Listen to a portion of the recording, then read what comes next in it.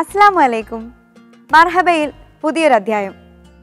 റമളാന്റെ 12ാം ദിനത്തിലാണ് നാം ഇന്ന്. മനുഷ്യനെ വർഷം തോറും ശുദ്ധീകരിച്ചെടുക്കുന്ന പ്രക്രിയയാണ് ഉപവാസം. മനസ്സിൽ അടിഞ്ഞുകൂടിയ മാലിന്യങ്ങൾ കളയുന്നതിനും ശരീരത്തിൽ ചേക്കേറിയ ദുർമേധസ് കരിച്ചു കളയുന്നതിനും നോമ്പുകാലം സഹായിക്കുന്നു. വ്രതമനുഷ്ഠിക്കുന്നവൻ നോമ്പിനെ എങ്ങനെ ഉപയോഗപ്പെടുത്തുന്നു എന്നതിനെ ആശ്രയിച്ചിരിക്കും ഇതിൻ്റെ 2 ഫലസിദ്ധികളും. ആമാശയത്തിന് മാത്രമല്ല നോമ്പ്. കണ്ണും കാതും നാവും കൈയും കാലും എല്ലാം നോമ്പ് അനുഷ്ഠിക്കേണ്ടതുണ്ട്. മനസ്സും ആത്മാവും ഹൃദയവും നോമ്പ് അനുഷ്ഠിക്കുമ്പോഴാണ് ഉപവാസം പൂർണ്ണമാകുന്നത്. അരുതാത്തത് കാണുകയും കേൾക്കുകയും ചെയ്യാതിരിക്കലാണ് കണ്ണിൻ്റെയും കാതിൻ്റെയും നോമ്പ്. അനാവശ്യ സംസാരങ്ങൾ ഒഴിവാക്കിക്കൊണ്ട് നാവിനെയും നമുക്ക് നോമ്പിൽ ഉൾപ്പെടുത്താം. നല്ലത് മാത്രം പ്രവർത്തിക്കുകയും നന്മയിലേക്ക് നടക്കുകയും ചെയ്തുകൊണ്ട് കൈകാലുകളെയും നമുക്ക് നോമ്പിൽ ഉൾപ്പെടുത്താം. മനസ്സിൻ്റെയും ശരീരത്തിൻ്റെയും പൂർണ്ണമായ ശുദ്ധീകരണം കൊണ്ട് മാത്രമേ റമളാനോട് നീതി പുലർത്താൻ സാധിക്കുകയുള്ളൂ.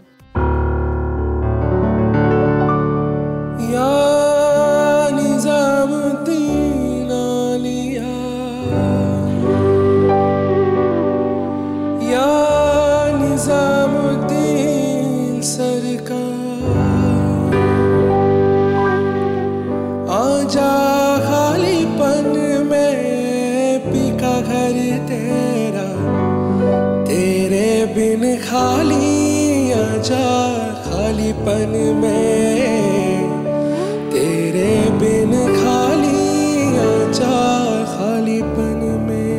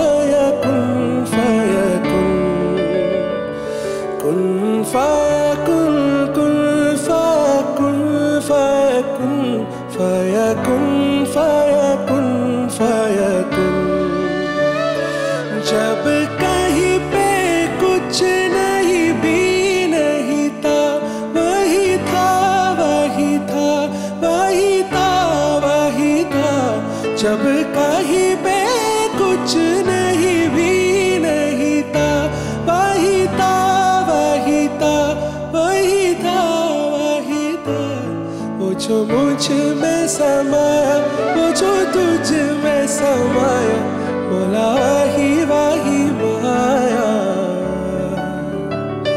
कुन फयकुन कुन फयकुन फयकुन फयकुन फयकुन फयकुन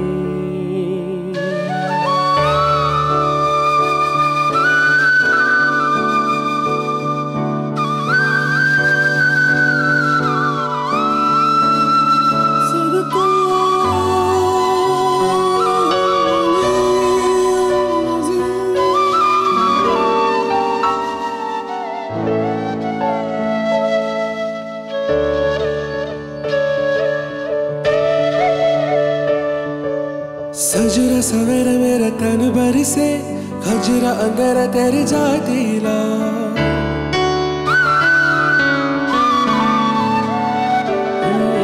सजरा सवेरा मेरा तन बरसे खजरा अंगरा तेरी जातीला हिजरा मिला जो तेरे दरबार से ओ मौला मौला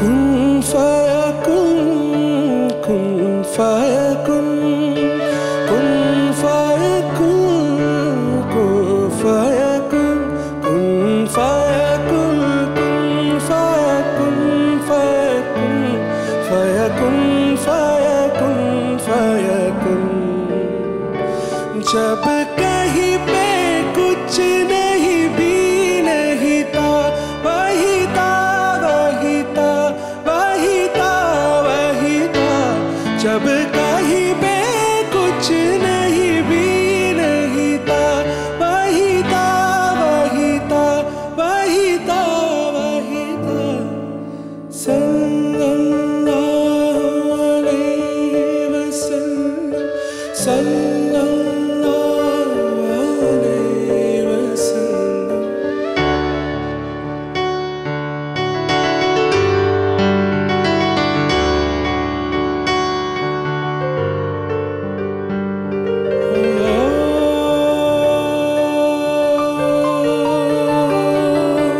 मुझ पे करो सरकार तेरा अर्ज तुझे कर दे मुझे मुझसे ही रिहा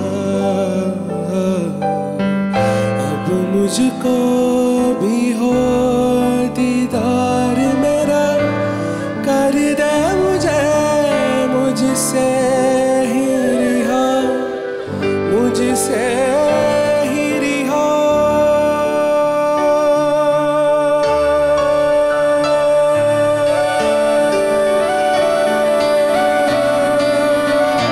जब कहीं पे कुछ नहीं भी नहीं था वही था वही था वही था वही था जब कहीं पे कुछ नहीं भी नहीं था वही था वही था वही था वही था कुन फयकुन कुन फयकुन फयकुन फयकुन फयकुन फयकुन कुन फयकुन कुन फयकुन फयकुन फयकुन फयकुन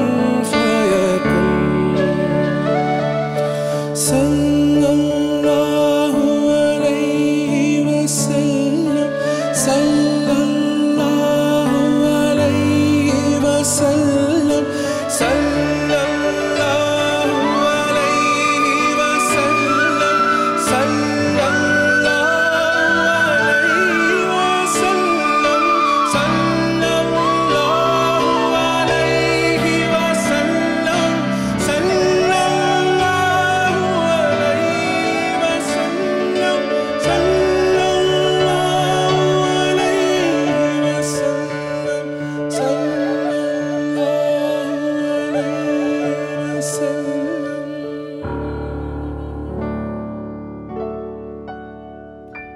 ആമാശയത്തിന് മാത്രമല്ല നോമ്പ്, കണ്ണും കാതും നാവും കൈയും കാലും എല്ലാം നോമ്പ് അനുഷ്ഠിക്കേണ്ടതുണ്ട്. മനസ്സും ആത്മാവും ഹൃദയവും നോമ്പ് അനുഷ്ഠിക്കുമ്പോഴാണ് ഉപവാസം പൂർണ്ണമാകുന്നത്. അരുതാത്തത് കാണുകയും കേൾക്കുകയും ചെയ്യാതിരിക്കലാണ് കണ്ണിൻ്റെയും കാതിൻ്റെയും നോമ്പ്. അനാവശ്യ സംസാരങ്ങൾ ഒഴിവാക്കിക്കൊണ്ട് നാവിനെയും നമുക്ക് നോമ്പിൽ ഉൾപ്പെടുത്താം. നല്ലത് മാത്രം പ്രവർത്തിക്കുകയും നന്മയിലേക്ക് നടക്കുകയും ചെയ്തുകൊണ്ട് കൈകാലുകളെയും നമുക്ക് നോമ്പിൽ ഉൾപ്പെടുത്താം. മനസ്സിൻ്റെയും ശരീരത്തിൻ്റെയും പൂർണ്ണമായ ശുദ്ധീകരണം കൊണ്ട് മാത്രമേ റമളാനോട് നീതി പുലർത്താൻ സാധിക്കുകയുള്ളൂ.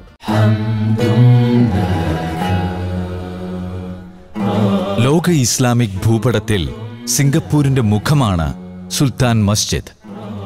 ഒരു നൂറ്റാണ്ടിന്റെ പ്രാർത്ഥനയുടെയും അനുഷ്ഠാനങ്ങളുടെയും കഥ പറയാനുണ്ട് സുൽത്താൻ മസ്ജിദ് എന്ന തീർത്ഥാടന കേന്ദ്രത്തിന്.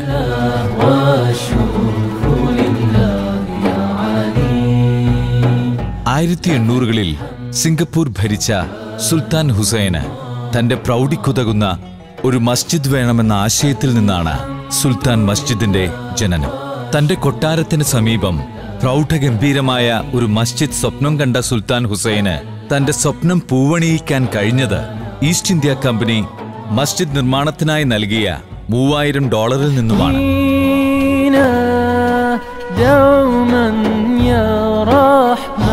ഒരേ സമയം 5000 പേർക്ക് നിസ്കരിക്കാൻ സൗകര്യമുള്ള പ്രാർത്ഥനാലയമാണ് ഇന്ന് സുൽത്താൻ മസ്ജിദ്. റംസാൻ വ്രതാനുഷ്ഠാന വേളയിൽ ഭക്തിനിർഭരമായ തീർത്ഥാടനാനുഭവം നൽകാൻ കഴിയുന്ന സുൽത്താൻ മസ്ജിദ് സിംഗപ്പൂരിലെ മുസ്ലിം സമുദായത്തിന്റെ ആത്മീയ വെളിച്ചമായി ഉയർന്നു നിൽക്കുന്നു.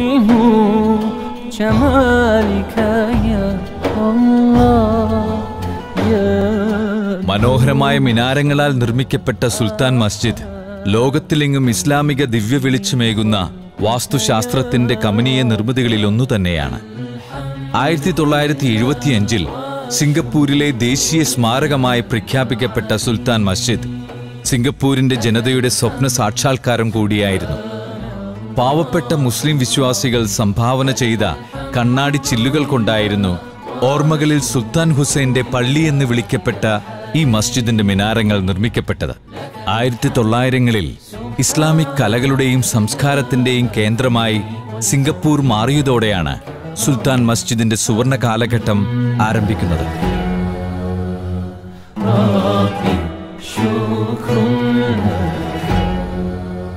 റംസാൻ മാസത്തിലെ ഓരോ നോമ്പു പകലും 3 ഈന്തപ്പഴങ്ങൾ കൊണ്ട് മുറിക്കപ്പെടുമ്പോഴും മഗ്രിബ് നിസ്കാരത്തിനായി ബാങ്ക് മുഴങ്ങുമ്പോൾ സുൽത്താൻ മസ്ജിദിന്റെ ചുറ്റും വെളിച്ചം വീഴുന്ന ഭക്ഷണശാലകൾ അതീവ പ്രശസ്തമത്രേ. പ്രവാചകന് ദൈവവചനങ്ങൾ വെളിപ്പെട്ടതിന്റെ ഓർമ്മദിനങ്ങളിൽ ഇസ്ലാമിന്റെ 5 നെടുന്തൂണുകളിൽ ഒന്നായ വ്രതാനുഷ്ഠാനം ഈ വിശിഷ്ട നാളുകളിൽ സുൽത്താൻ മസ്ജിദിന്റെ മിനാരങ്ങളിൽ നിന്നുയരുന്ന പ്രകാശധാരയ്ക്ക് ഒരു മുസ്ലിമിന്റെ ആത്മീയ കാഴ്ചകൾക്ക് എന്നും വഴികാട്ടിയാകാൻ സാധിക്കുന്നു.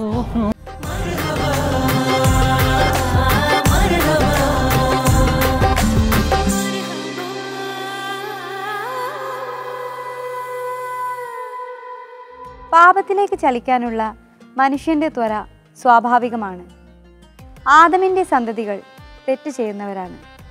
തെറ്റ് ചെയ്യുന്നവരിൽ ഉത്തമർ പശ്ചാത്തപിക്കുന്നവരാണ് എന്ന് നബി സല്ലല്ലാഹു അലൈഹി വസല്ലമ നമ്മെ പഠിപ്പിക്കുന്നു. അള്ളാഹുവിങ്കിൽ പ്രതീക്ഷയർപ്പിച്ച് പാപമോചനത്തിനായി അവനോട് പ്രാർത്ഥിക്കുന്നവരെയാണ് അവൻ പുറത്തു കൊടുക്കുക. റമളാന്റെ 2ാമത്തെ 10 ദിനങ്ങൾ പാപവിമോചനത്തിനായുള്ള നാളുകളാണെന്ന് വിശേഷിക്കപ്പെടുന്നു.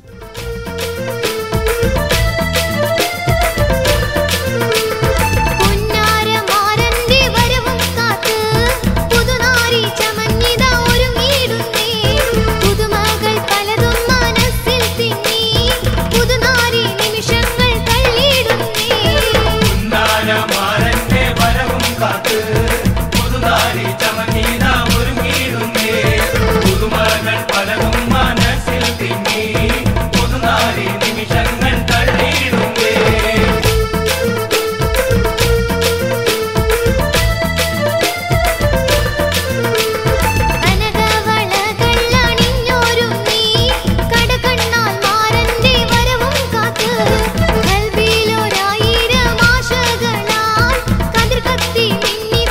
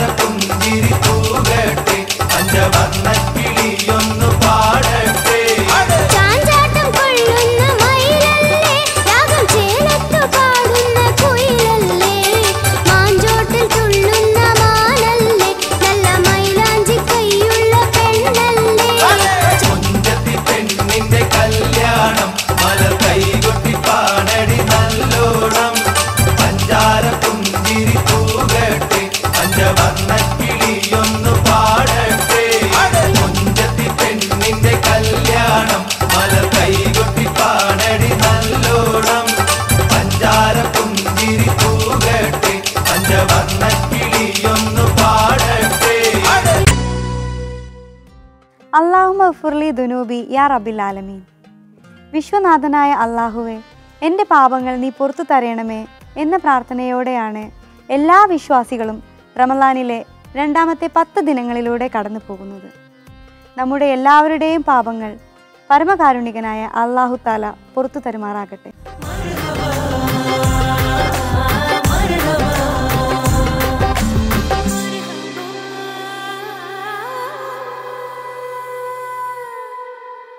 മർഹബയിലൂടെ ഇന്ന് നമ്മൾ കാണാൻ പോകുന്നത് എല്ലാവർക്കും പരിചിതമായ നോൻപിൻ്റെ ഒരു പ്രധാന വിഭവമായ ഉന്നക്കായയാണ്.